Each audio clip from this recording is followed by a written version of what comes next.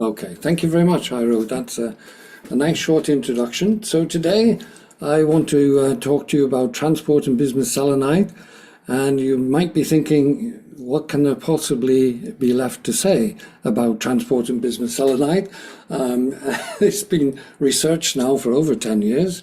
But I have a slightly different approach, only slightly, and I hope to convince you in the next 50 minutes that there's still a couple of interesting things to say. There we go. So this work has been funded by the UK Research Council, and it's part of two large grants. These large grants are called programme grants in the UK, and they're similar to the large consortium grants that we have in Europe. So there's two of them. One is called NAME. NAME has about 1 year left to go, and most of the work I'll show you today has been done within this collaboration. NAME is led by Manchester, the Department of Materials and the Photon Institute in Manchester, ourselves, and Imperial College of London. And CAMI is a new programme grant that's only just started. It's led by me at Leeds, and it involves all the people in the group at Leeds University who most of you will know, Chris Marrows and Joe Barker and so on. It involves a different department in Imperial College, the materials department there, and the Queen's University of Belfast. And so a little bit of the support has come from CAMI as it's only just started. So here's a quick overview of what I want to chat to you about today. Why are we interested in business selenide? And what is it that we can learn from quantum interference? How does it apply to the TI materials, topological insulating materials? How we analyze the data, and how we draw out the effect of electron-electron interactions. And I'll conclude, hopefully in about 50 minutes' time. So these program grants I just mentioned to you, one of the driving forces, the big machines in this collaboration, is the system we have in Leeds.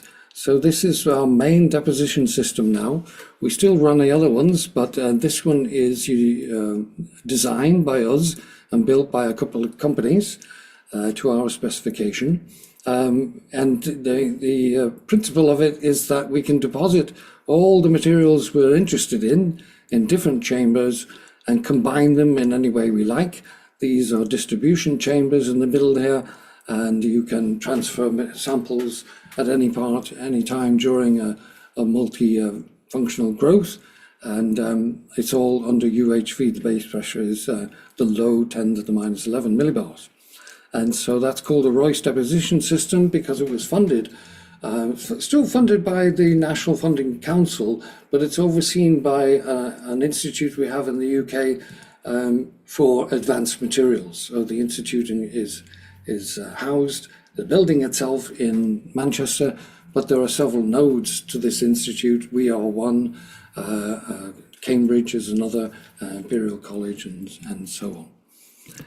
So why are we interested in business selenide? So this is a project that's running in CAMI, and it's led by Chris Marrows, who a lot of you will know has been working for a long time now on skyrmions.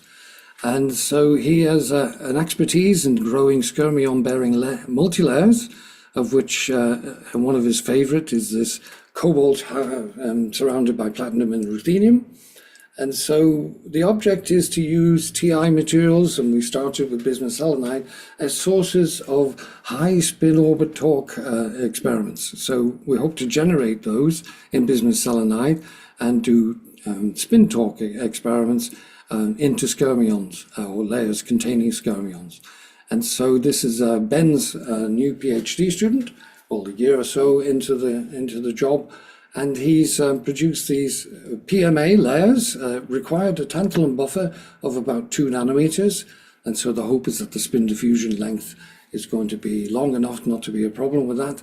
But it's very nice, perpendicularly magnetized anisotropy layers now with WASP wasted features here, which are a signature of maze domains. So in zero field, the domain pattern looks like this. And these images were taken by a PEAM experiment at Diamond in the UK. And then if you adjust your external field to sit up here near saturation, then your maze domains look more like this, these thread-like domain walls.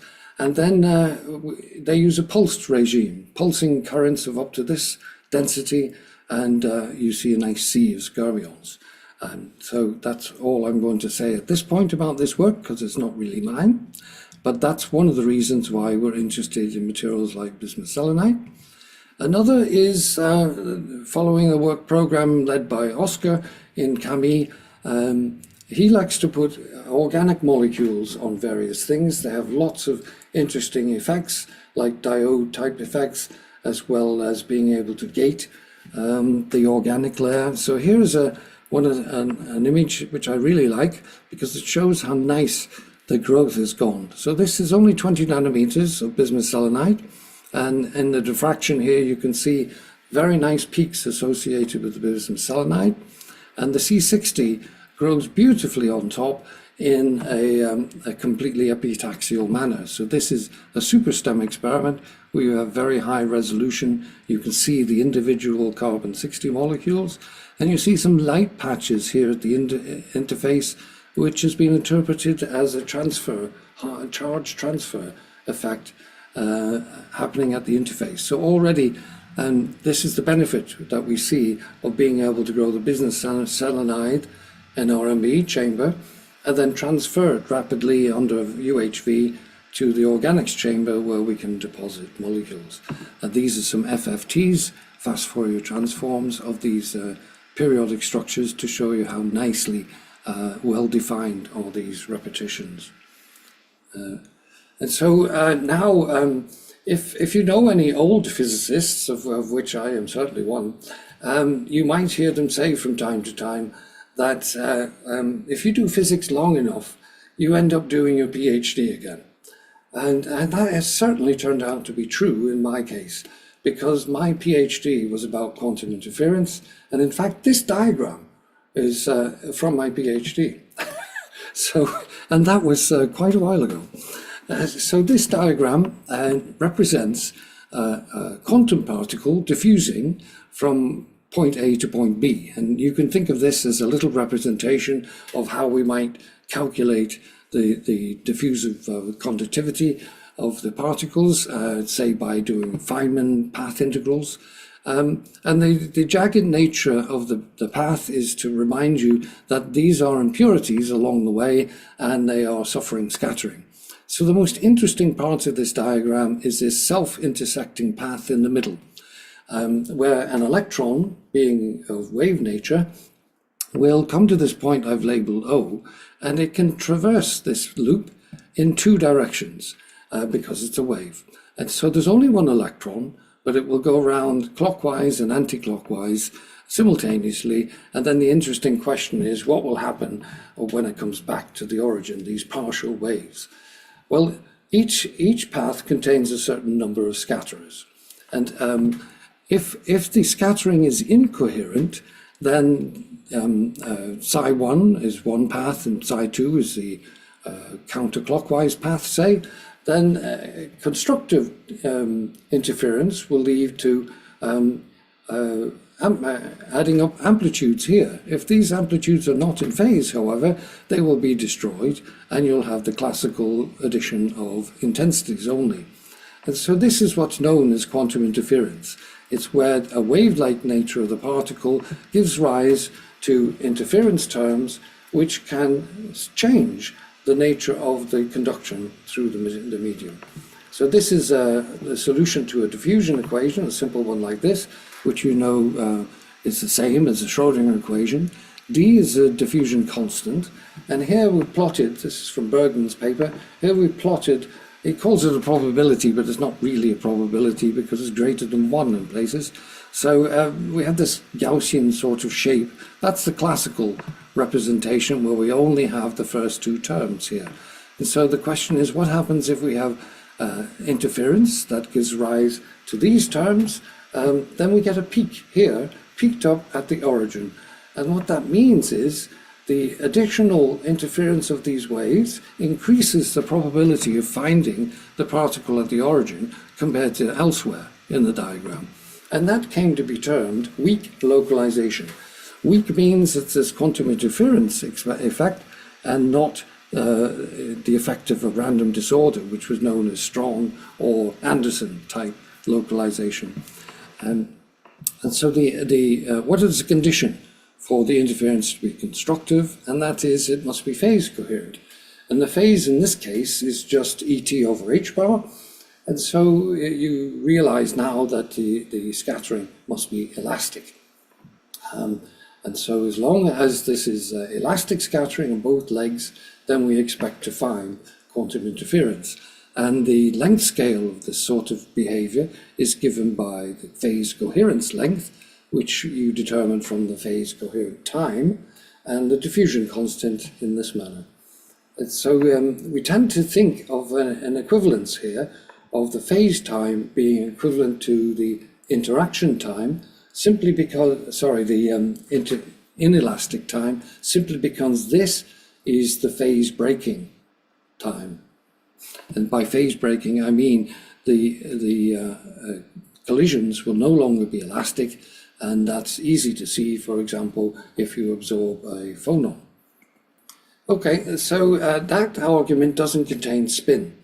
And so an equally interesting discussion is to ask the question, what happens if we include spin? And we do that by including the spin-orbit interaction. And so when that happened, people were terribly excited about the outcome, because it meant that this interference term, we can split it up into a triplet and a singlet term representing the states. So the interesting thing is that in the triplet case, the spins are parallel to each other, but they were circulating round this curve, this loop, in opposite directions. So the velocity of one is the opposite of the velocity of the other. So if the scattering, spin-orbit interaction, what it tends to do is rotate the spin a little bit. It's not the same as spin-flip scattering, so we're not expecting this flip. It will be a rotation. But if you would approach the impurities in the opposite direction with parallel spins, that rotation is going to tend to make the phases go out of sequence, and therefore they will be destructively interfered. And so this term, over the lifetime that it takes to go around circles like this term is going to tend to zero, leaving only the singlet term. And the singlet term survives because the spins are opposite direction, but so are the velocities, and therefore they circulate in opposite directions but with opposite spins, and they tend to survive.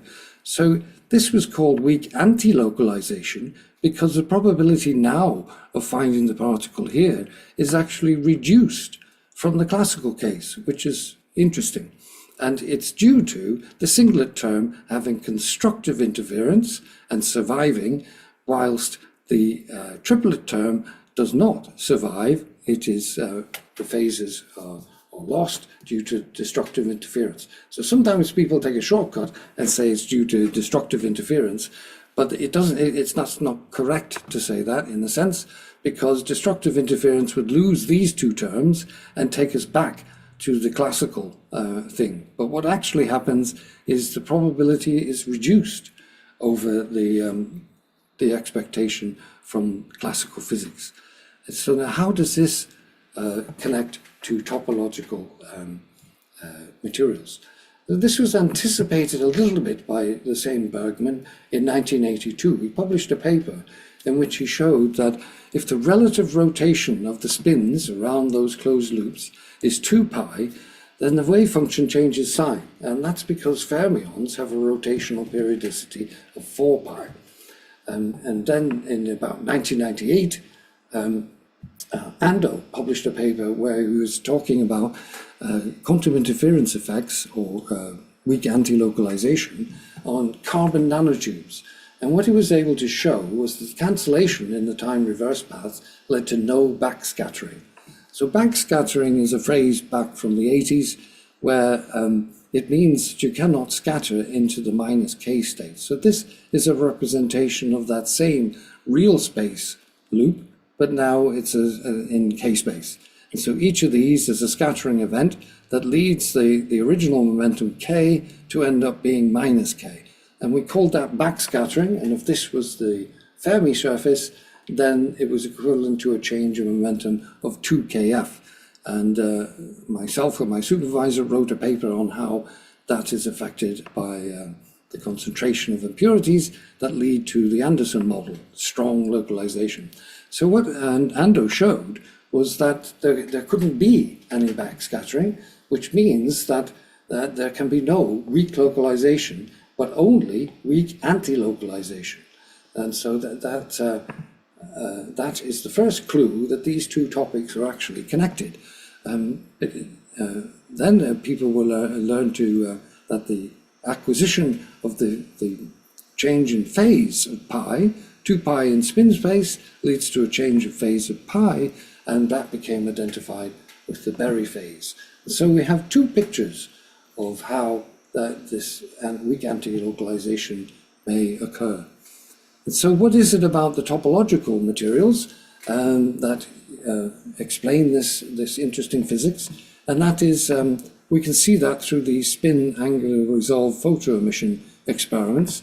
So this is on bismuth and antimony, but similar pictures are here of bismuth selenide. And what they were able to show here is that these states are chiral, so they are spin. So this is an elastic state here, a contour around the Fermi cone.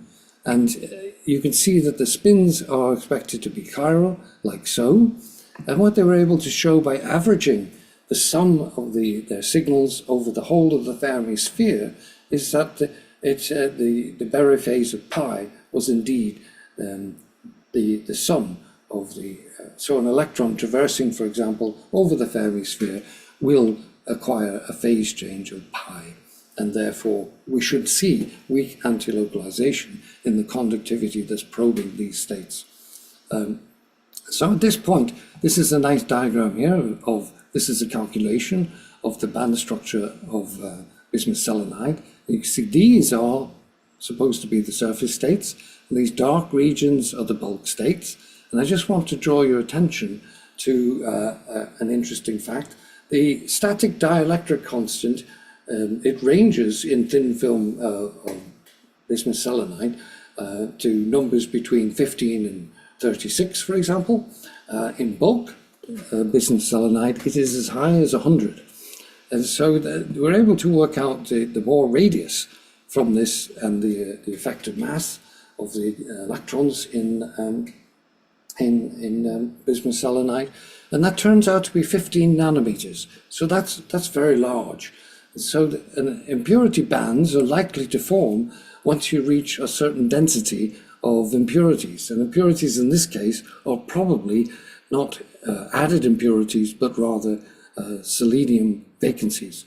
So where do they turn up in this density of states diagram? Well, they tend to sit a small, the ionization energy of these dopants is small because of the dielectric medium in which they live, and they tend to turn up here at the band edges. And so if impurity bands are formed from a random distribution of potentials, selenium vacancies in this case, and because they are random, they are a prime candidate for localization. So if electrons find themselves in the impurity bands, then they will have, we should be able to see weak localization in that case. So the material is weakly screened because the screening length is for a dielectric constant like this is of the order of 15 angstroms, and that's long. A screening length in a metal is the order of half an angstrom. And so we can summarize this part by saying that impurity scattering and strong spin orbital interaction due to the constructive interference of the antiparallel singlet states leads to weak anti-localization. And a chiral structure that leads to the acquisition of a Berry phase of pi does the same thing. It leads to weak anti-localization. So the topological protection of the surface states means that they cannot have weak localization, but the bulk states can. Okay, so that brings me to a big chapter in my PhD, and this is a paper that was written in 1980 by Hickey, Larkin, and Nagaoka, and they were the first people, if my memory serves me right, to include the spin-orbit interaction into weak localization. So this is the change in the sheet conductance. A change means the correction to the Boltzmann conductivity. So this is the correction due to quantum interference, but including the spin-orbit interaction. It's written out in terms of 4 lifetimes: the elastic lifetime, the inelastic lifetime, the spin-orbit lifetime, and the magnetic lifetime. So this is particularly keen to pay attention to when you have magnetic impurities. We don't have any, we're pretty certain of that, so this we can ignore from now on. And so these are the 3 that we'll concern ourselves with. So the idea is that you extract these from the magnetoresistance, you extract these values of the magnetic fields, and they are related to the scattering times through the diffusion coefficient. This is the elastic diffusion coefficient, and so it's determined at low temperatures. And it is crucial. It's fundamental to this physics. You'll find the diffusion coefficient is everywhere, so I always look for it. In the same paper, Hickey et al., they took their expression to the limit of very strong spin-orbit scattering, and you end up with this form which they refer to as the symplectic limit. It has this parameter alpha in front, which is exactly equal to -1/2. Okay, I've seen quite a few papers use this as a fitting parameter, and that's not really the way you should do it. And the reason is these equations can be used to represent the conductance of a single conducting channel.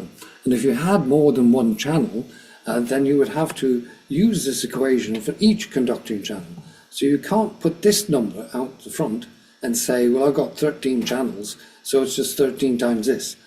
No, that's not correct, and it's explained very well in this paper here why that isn't so. So if you have 1 or 2 conducting channels, the equation looks the same as this. 1, it's exactly the same as this, but with 2, it's a similar form, but now the phase coherence length is an average of the 2 channels for 2. If you have any more than 2 conducting channels, then you need to treat the problem separately. But I don't like that equation because it hasn't got the spin-orbit lifetime in it. And my PhD was about spin-orbit effects, and so I'm doing it again. Right, so a little bit about the growth. I'm going to talk mainly in these minutes about 3 different samples. One I could refer to as the old samples or earlier samples. When we first started growing bismuth selenide, we followed a recipe with 1 growth temperature. The thing is terribly complicated, and I'm not doing it any justice. I don't actually grow the samples myself, obviously, and Ahmet and Ismet, who are busy doing that, they spend a lot of time honing these things. And you can see the films are really quite nice. These are the triangular grains we expect to see, but they're not as big as we wanted them to be. They're only 200 nanometers across. The film is very nicely layered. This is the X-ray reflectivity, and these fringes are to do with where the electron density has a big change. So that means that they are reflections from the thickness of the sample. So this is a direct measure of the thickness, and by fitting it we also extract the roughness of these interfaces and top surfaces. You can see the diffraction here is very good, 10,000 counts from a layer only 20 nanometers thick, and these interesting oscillations are the high angle representation of these. These two are related to the thickness, and they're called pendulosing fringes or oscillations when they appear in diffraction. So this is a signal that the samples are very nicely made indeed, and you saw from the TEM they are good single crystals.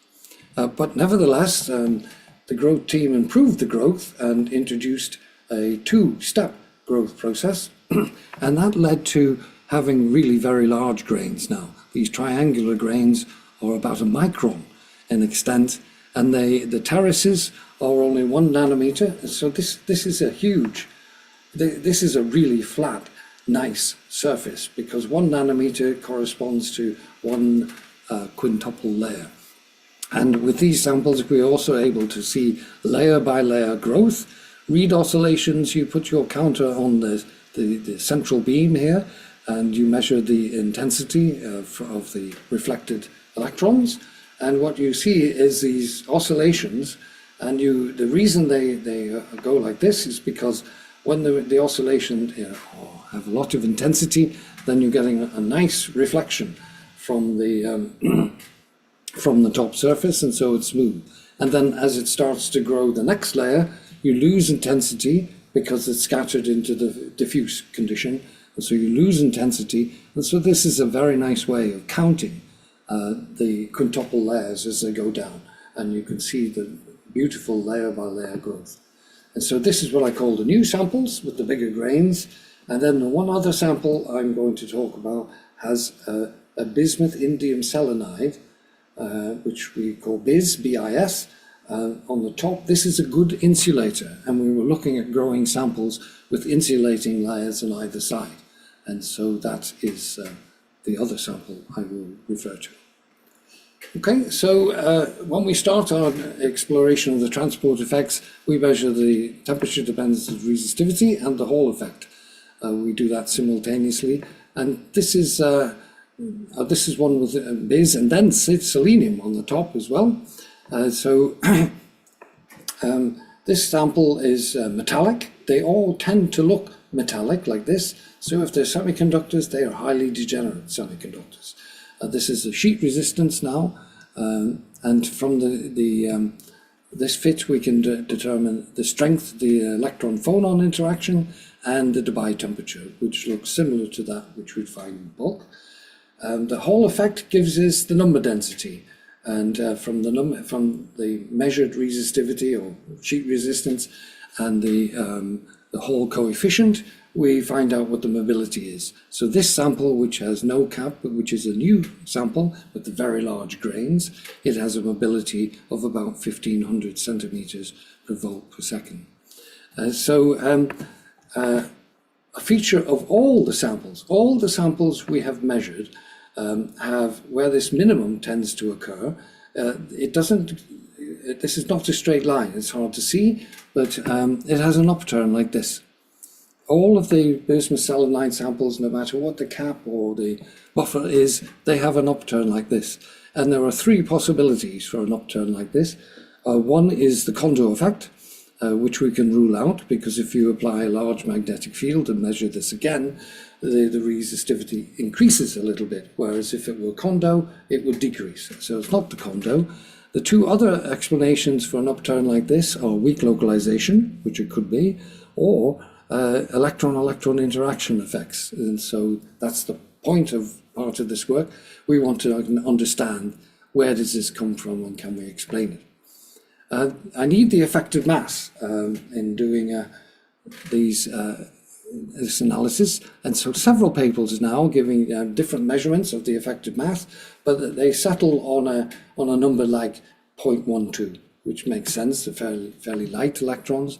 The Fermi velocity from several papers, this is one, is about 4.5 times 10 to the 5, an order of magnitude less than a metal, you would say, a traditional metal.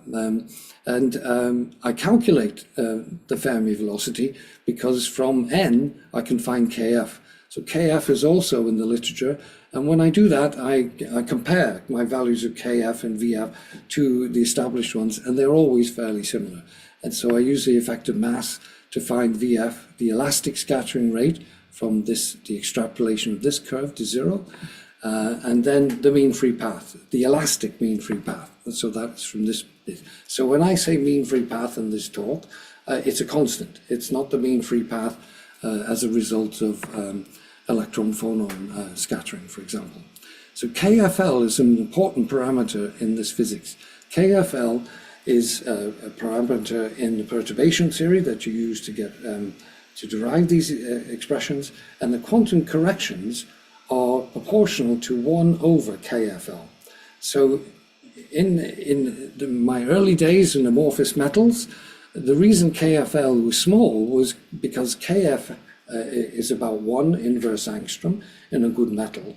But in a disordered metal, the mean free path is very short and approaching the lattice constant of 3 angstroms. And so KFL was a small number due to the fact that the mean free path was so short. But KF is very small in these topological materials. It is only 1/100th of that of a metal, so numbers like 0.04 in inverse angstroms, and the mean free path is characteristically quite long. And so KFL needs to be small to see any quantum corrections, and so it's not terribly small, but it's about 10 to 20, and so that's enough for us to see it. But the mean free path, which varies between 20 and 50 nanometers, is longer than the thickness of the sample, and therefore the transport is 2-dimensional. The band structure is 3-dimensional. This is a 3D TI material at 20 nanometers, but the transport is 2-dimensional, and so we use a half VF squared tau naught to find the diffusion constant. It would be a third if it were 3D.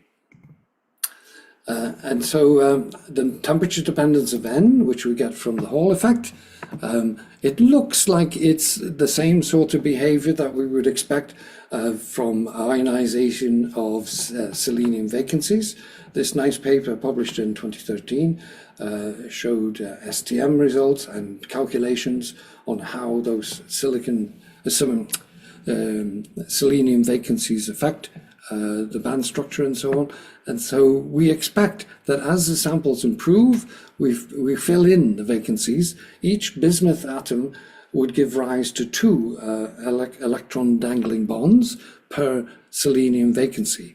And so if those should become ionized at a very small energy, like 1.2 millielectron volts, given the dielectric constant, and therefore we expect all those to be ionized by about 15K, and that's smack in the middle of this range.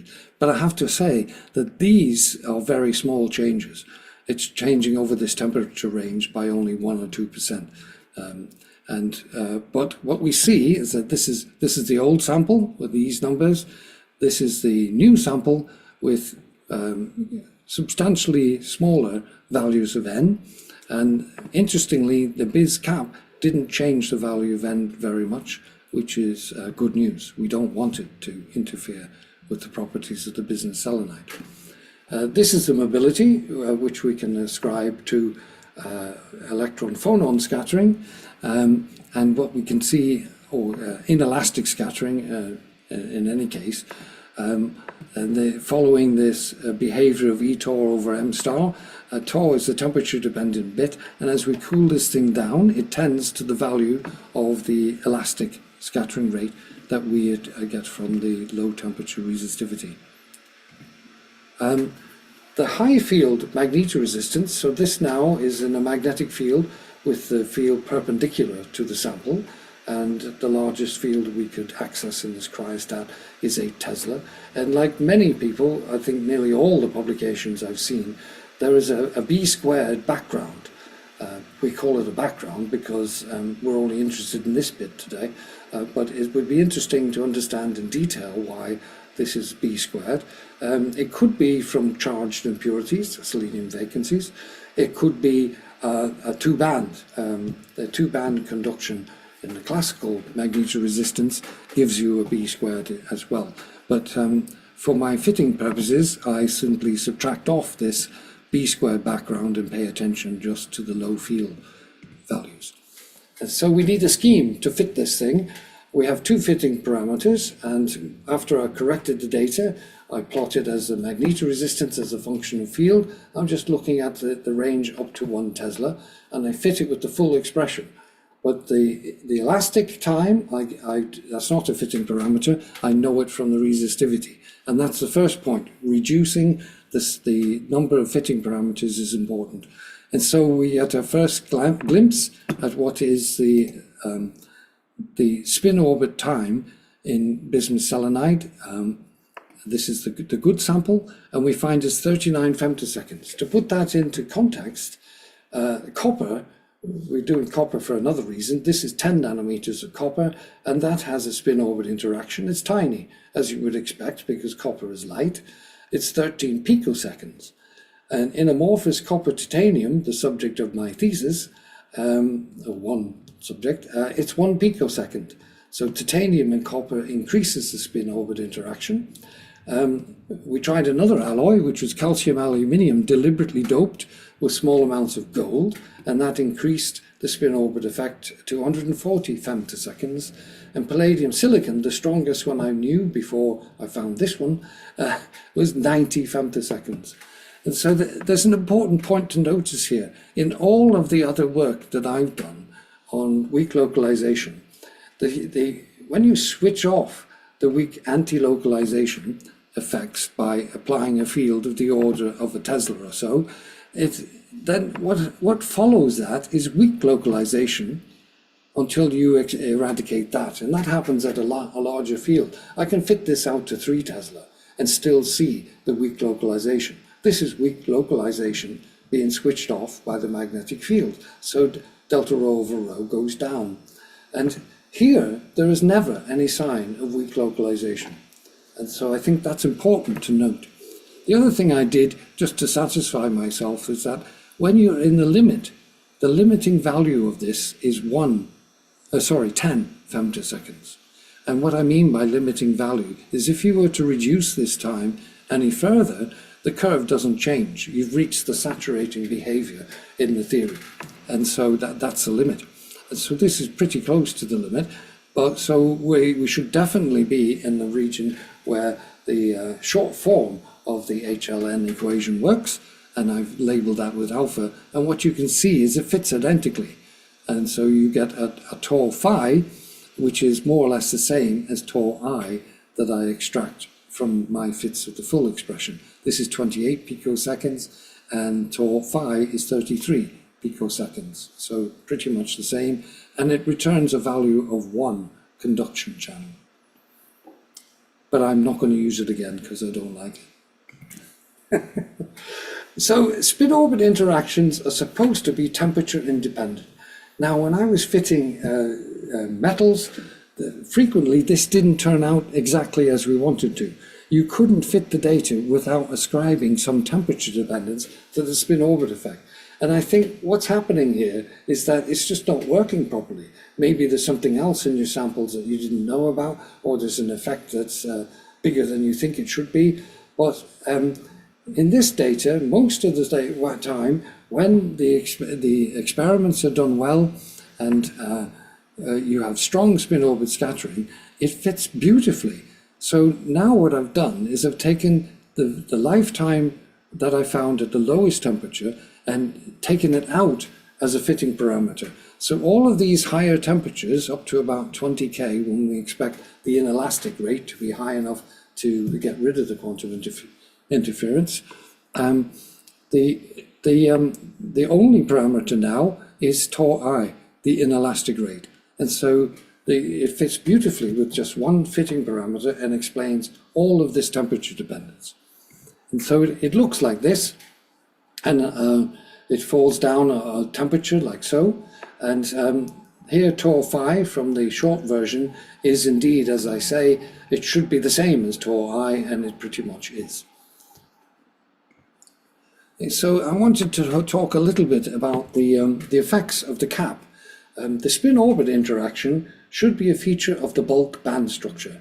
It changes the bulk band structure, and integrating over those changes will what give you the Berry curvature and hence the Berry phase. And so I didn't expect that there could be much of an effect of a surface-driven effect. However, a hybridization definitely occurs, and these samples are only 20 quintuple layers thick. They're beyond the thickness where I think the top and the bottom surface states might be connected. I think they're thicker than that. However, there are some interesting effects due to the surface. So the first two samples here are the one with the insulating cap and an old sample with no cap. So these two samples have grown the same at different times, but apart from the fact that this one has a bis cap. So structurally they should be similar. And I put this table in, which is, I don't like tables because they're hard to read. But I just want you to glance across here. If you look at all these parameters we can calculate from our data, they're all the same, apart from the sheet resistance is a bit different because the number density is a bit different. But otherwise, all these parameters are the same. And in particular, the elastic scattering is the same for each. Okay? And so that means that since the elastic scattering is the same, the only parameter that's different for this sample compared to this sample is the spin-orbit interaction. And you can see that the one with no cap, the lower one here, has this is a longer lifetime, so that the spin-orbit interaction is not as strong as the capped one. So putting bismuth indium selenide on top of bismuth selenide increased the strength of the spin-orbit interaction. So I think that's interesting because it would be interesting to do some DFT type calculation to see whether there is some hybridization with this insulator on the top that can explain why the spin-orbit interaction has increased in the way it has. We were lucky there that there's so many parameters that are the same, so that we can definitively say that these numbers are different. And the uncertainty in those numbers is only 5 femtoseconds. So the third sample on this graph is the one with no cap, but is a new one. And so this one has the larger triangular thing. The inelastic scattering for all the samples is the same, 28 picoseconds. But for this third sample here, the elastic rate is much longer. And the mean free path is about twice that of the other samples, and so KFL therefore is larger, and that means the quantum corrections are smaller. So the reason this is down here from these two is because it has a longer mean free path than the other two, and the quantum corrections are less. Nevertheless, the magnitude of the spin-orbit effect is the same as the stronger one with the bis. So putting bis on the top or improving the growth leads to the same effect, that the spin-orbit interaction is increased. So let us talk about those inelastic collisions that we think might be due to electron-electron interactions. So what we do is we look for the minimum in the resistivity before the upturn. There's a minimum, and we estimate that somewhere near there is where the phonons now have a wavelength that's too long to scatter with the electrons. And so we look to equations from the past where the electron-electron scattering rate is determined by two terms like this. So electron-electron interactions in 2 dimensions, because the transport is 2D, and I really think we're looking at transport in the topological surface states. So this is the classical Fermi liquid theory that you first introduce when you're talking about interactions. And this is a term that was invented in the weak localization days, quantum interference days, because the Fermi liquid theory does not depend on the mean free path.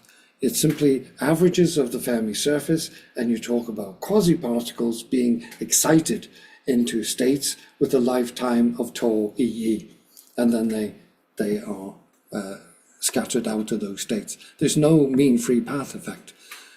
So people developed this expression, which again goes as 1 over KFL, to explain electrons where the mean free path was important. And so it is a modification of Fermi liquid theory, but it is to explicitly include the mean free path. And where you find this effect taking precedence wherever the electrons are confined or are very diffusive, and in combination with weak screening. So the electron-electron interaction is enhanced, where electrons can spend more time in each other's company, and the screening is weak. And so the bismuth selenide exactly fits the bill for these conditions. And so we fitted that expression with two fitting parameters, A1 and A2, and look how beautifully they fit. So these are the temperatures below which we believe the phonons are active, and so we're looking to explain this inelastic scattering as due to electron-electron interactions.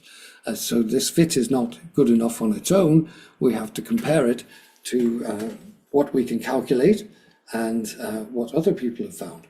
So because we have access to all these numbers, we can calculate these A1 and A2 and see how close they are. I can't calculate them exactly because in the theory they each have a little constant in them, an A and a B, which are numbers between 1 and 10. And so even in this paper from 83, where they were comparing the magnetoresistance in a silicon inversion layer, these are the same layers that went on to find the quantum Hall effect. Mike Pepper published these papers with von Klitzing and found the quantum Hall effect. So that's the physics, that's the materials that they were using in those days. And so let's look at the parameters. We have the number densities around 3, 4, 2, and so on. Ours is 6. We're certainly in the same neighborhood. KFL, importantly, ours is 11 and 18. Theirs is 11 and 22.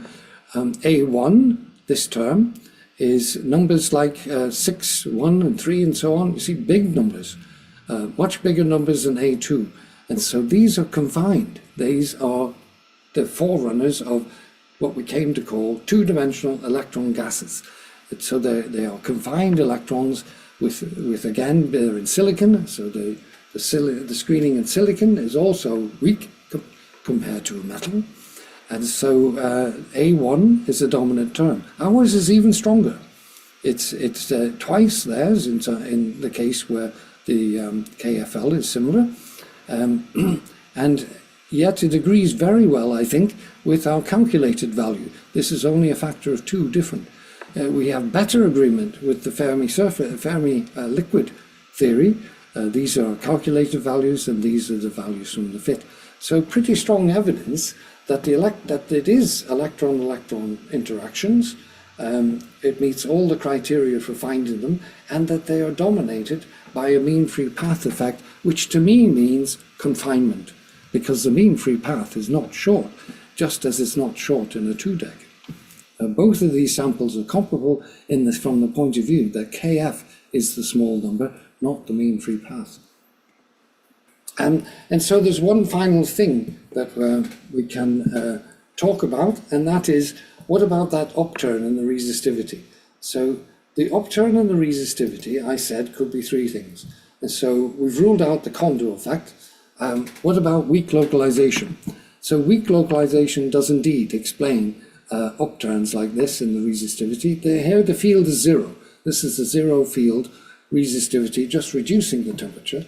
And now we have expressions for 2D transport, and you'll notice they contain times which we have found from our magnetoresistance. So we don't fit this. We simply use these times and put them into these expressions. So the one called blue is called weak localization, and it is the sum of these 2 terms. This one is just weak localization, but this is weak localization with spin orbit included. And so since we know the spin orbit lifetime, we can test this directly. And this is the stronger term, and it would lead to this behavior. It's not a negative resistance, it's only negative. So it would actually, the measured resistivity would tend to fall a little bit if this were the physics that was really happening. I switched off that term just to see whether for some reason the spin orbit interaction doesn't turn up, but this term itself is too strong to explain it. It's this red one, so that's the one labeled no spin orbit effect. So we can rule out definitively that weak localization is the explanation of the upturn. So instead we turn to the electron-electron interaction effect, and this is the expression in 2 dimensions, which has the elastic time in it, but it does not have tau I or tau S0 in it. They don't appear. even though it appears in the calculation of doing these things, when you finally reach this expression, the lifetimes are not explicitly in the expression. Instead, what we need to worry about is this factor F. F is related to the screening. And so these people here have done a lot of measurements on bismuth selenide, and they tell me that in various conditions and states, it's a number between 15 and 36. Okay, so epsilon is the static dielectric constant. And to work out the screening expression in a semiconductor, we use an expression like this, where there's the screening thing. So this gives us the screening wave vector. So this is the exponential e to the minus ks dot r that you would multiply a potential by in order to see the effects of the screening. 1 over that is what we call the screening length. And so that number, when I put in 36, I get 15 angstroms, which is very large, so meaning that they are weakly screened. The potential is seen over a larger distance than it would be for the same impurity or whatever. In a metal, it's only half an angstrom in copper.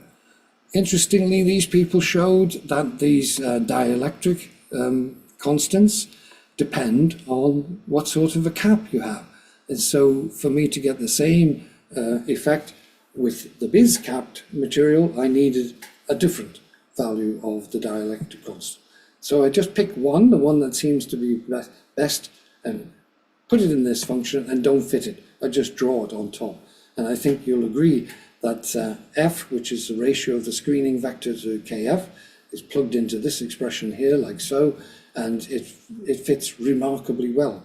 And so this is an illustration that the numbers from the lifetimes obtained from the magnetoresistance can also explain the zero field dependence. And that's what I was never able to do 40 years ago, or whatever it was, when I first did this in amorphous metals. And so I'm really happy about that. So let me conclude. What time is it? Oh, not too bad. So my conclusions. I think we have seen evidence for transport in the topological states. The reason is there's a complete absence in all of this transport of any sign of weak localization.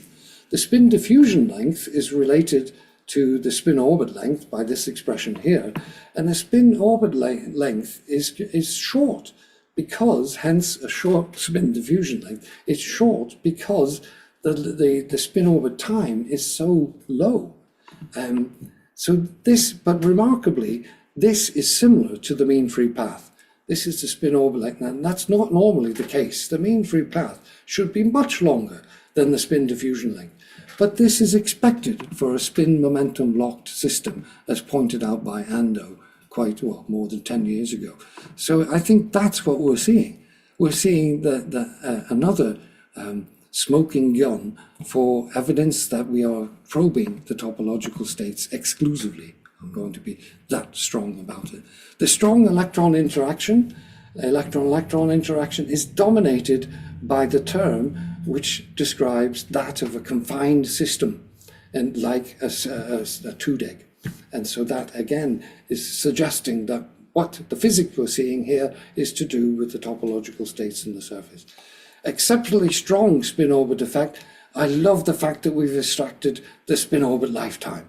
If you want to calculate something, you would calculate 1 over this, the spin orbit scattering rate. And so I couldn't make sense of a lot of the published data where they just talk about lengths L phi, and I don't know what the scattering time is. And so we can finally wrap the thing all together by saying the low temperature resistivity with that characteristic upturn with, I say, no fitting parameters. My next objective is to actually measure the static dielectric function in these materials, which I suspect what somebody in our group already has done, but I don't know what it is yet.